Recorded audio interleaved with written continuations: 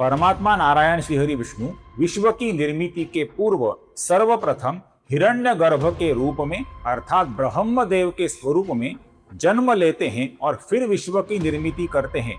जगत की रक्षा के लिए अनेक बार अवतार धारण करने वाले जो नारायण श्रीहरि विष्णु है, अपने पेट में जो जठराग्नि होता है, ये अन्न को पचाने का काम करने वाला अग्नि का स्वरूप होता है। नमस्कार दोस्तों, पिछले कुछ वीडियो के माध्यम से हम श्री विष्णु सहस्रनाम शुद्ध उच्चारण एवं संक्षिप्त हिंदी अर्थों का अध्ययन कर रहे हैं। विष्णु सहस्रनाम कैसे पढ़ें और समझें, इसका हम इस मालिका में विचार कर रहे हैं और इस मालिका का आज का हमारा श्लोक क्रमांक 95 श्लोक 95 का वीडियो है। आज के वीडियो को शुरुआत करने से पहले हमेशा की तरह आप सभी दर्शकों से मेरी विनम्र विनती है कि कृपया इस वीडियो को स्किप किए बिना या फास्ट फॉरवर्ड किए बिना अंत तक जरूर देखिए दोस्तों। तो चलिए वीडियो को शुरुआत करते हैं। आज का हमारा श्लोक है श्लोक क्रमांक 95 श्लोक 95 और ये श्लोक इस प्रकार है। अनंतः हुतभुक् भोक्ता सुखदः नैकजः अग्रजः अनिर्विण्णः सदामर्षि लोकाधिष्ठानम अद्भुतः। तो यहाँ पर ध्यान से देखिए, सर्वप्रथम नाम है अनंतः, जिसके विसर्ग का आगे ह आने के कारण ओ हुआ है।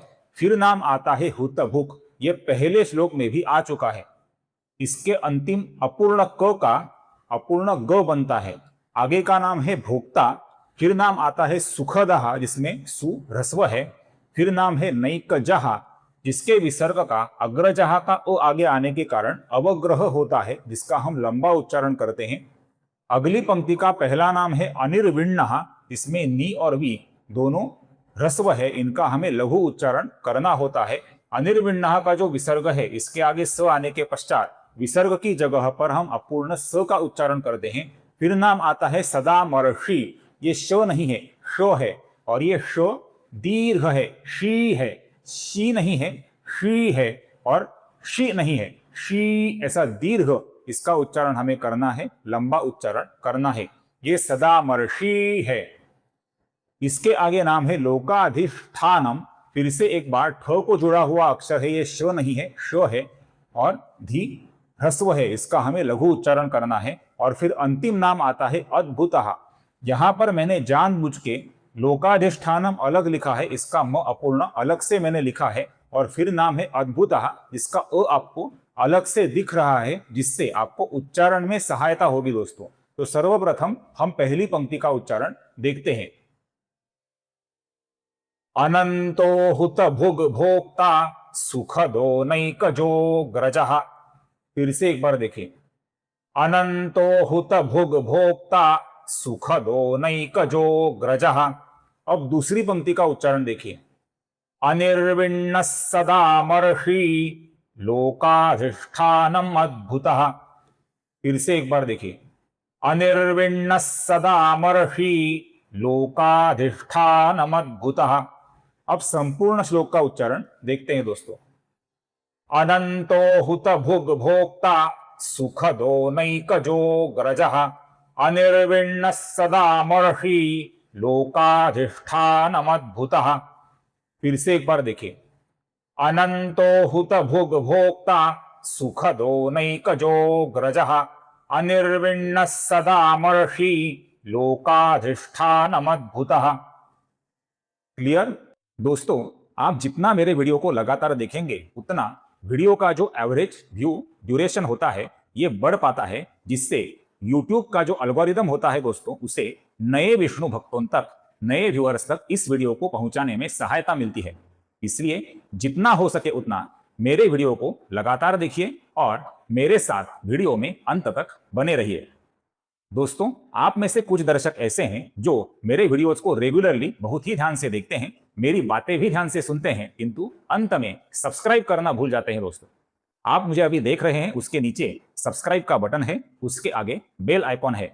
दोनों बटन्स को दबाने के लिए आपको 1 या 2 सेकंड से ज्यादा समय नहीं लगेगा, किंतु आपकी इस कृति से मुझे बहुत ही पॉजिटिव एनर्जी मिलेगी और इस प्रकार के अभ्यासपूर्ण वीडियो आगे भी लेकर आने के लिए मुझे प्रोत्साहन मिलेगा। इसलिए ध्यान से सब्सक्राइब का बटन दबाइए और आगे का बेल आइकॉन भी ध्यान से प्रेस कीजिए दोस्तों, धन्यवाद। अब हम इन नामों के हिंदी अर्थों का संक्षेप में विचार करते हैं। तो सर्वप्रथम नाम है अनंतः, जिनका कोई अंत नहीं है, अर्थात जिनकी विभूतियों के विस्तार का भी, जिनके स्वरूपों के विस्तार का भी कोई अंत नहीं है, उन परमात्मा नारायण को कहा गया है अनंतः। आगे का नाम है हुतभुक। अगर आपको स्मरण होगा, इसके पहले वाले श्लोक में भी ये नाम हम देख चुके हैं। इस श्लोक में इस नाम का अर्थ है, ये जठराग्नि के बारे में है दोस्तों। अपने पेट में जो जठराग्नि होता है, ये अन्न को पचाने का काम करने वाला अग्नि का स्वरूप होता है। इसमें जो हम अन्न ग्रहण करते हैं, ये आहुति रूप में अर्पण किया जाता है। ऐसी कल्पना करते हुए यह नाम है हुतभुक। जठराग्नि में आहुति के रूप में अर्पण किए हुए अन्न का ग्रहण करने वाले, भोजन का ग्रहण करने वाले जो नारायण श्री हरि विष्णु हैं, उनके लिए यह नाम है हुतभुक। आगे का नाम है भोक्ता। सजीवों में जीवात्मा बनकर जो सुखों का भोग करते हैं, उन नारायण को कहा जाता है भोक्ता। और प्रकृति के रक्षक होने के कारण भी परमात्मा नारायण को भोक्ता कहा जाता है। आगे का नाम है सुखदहा। इसका अर्थ है अपने भक्तों को मोक्ष का परम सुख देने वाले जो परमात्मा नारायण है, उनको कहा गया है सुखदहा। इसके आगे नाम है नैकजहा। इसका अर्थ है जगत की रक्षा के लिए अनेक बार अवतार धारण करने वाले जो नारायण श्री हरि विष्णु हैं, उनको कहा जाता है नैकजहा, अनेक बार जन्म लेने वाले। आगे का नाम है अग्रजहा। इसका अर्थ है परमात्मा नारायण श्री हरि विष्णु विश्व की निर्मिति के पूर्व सर्वप्रथम हिरण्यगर्भ के रूप में, अर्थात ब्रह्मदेव के स्वरूप में जन्म लेते हैं और फिर विश्व की निर्मिति करते हैं। अतः परमात्मा नारायण को कहा जाता है अग्रजहा, सबसे पहले जन्म लेने वाले। इसके आगे नाम है अनिर्विण्णः। इस समग्र विश्व की निर्मिति, विश्व का पालन, विश्व का संहार, ये कार्य अविरत करते हुए परमात्मा नारायण को कभी भी निराशा या थकान नहीं होती, इसलिए परमात्मा नारायण को कहा जाता है अनिर्विण्णः। आपको अगर स्मरण होगा, ये नाम भी हम पहले देख चुके हैं। इसके पश्चात नाम आता है सदामर्षि। इसका अर्थ है जो नारायण श्री हरि विष्णु सज्जनों पर दया करते हैं और दुष्टों के प्रति सख्त होते हैं, उन नारायण को कहा जाता है सदामर्षि। इसके आगे नाम है लोकाधिष्ठानम। इस समग्र विश्व का, ब्रह्मांड का आधार होने के कारण परमात्मा नारायण को कहा जाता है लोकाधिष्ठानम। और इस श्लोक का अंतिम नाम है अद्भुतः। इसका अर्थ है अपने भक्तों के संरक्षण एवं विश्व के कल्याण के लिए मत्स्य, कूर्म, वाराह, नरसिंह ऐसे बहुत ही आश्चर्यकारक रूप धारण करने वाले जो नारायण है, उनको कहा गया है अद्भुतः। तो यहाँ पर आज का हमारा ये वीडियो समाप्त होता है दोस्तों। आशा करता हूं मेरा ये विनम्र प्रयत्न आपको अच्छा लगे। अगर ये वीडियो अच्छा लगे तो दोस्तों कृपया इस वीडियो को ज्यादा से ज्यादा हाइप, लाइक और शेयर, और मेरे चैनल को कृपया सब्सक्राइब करना न भूलें।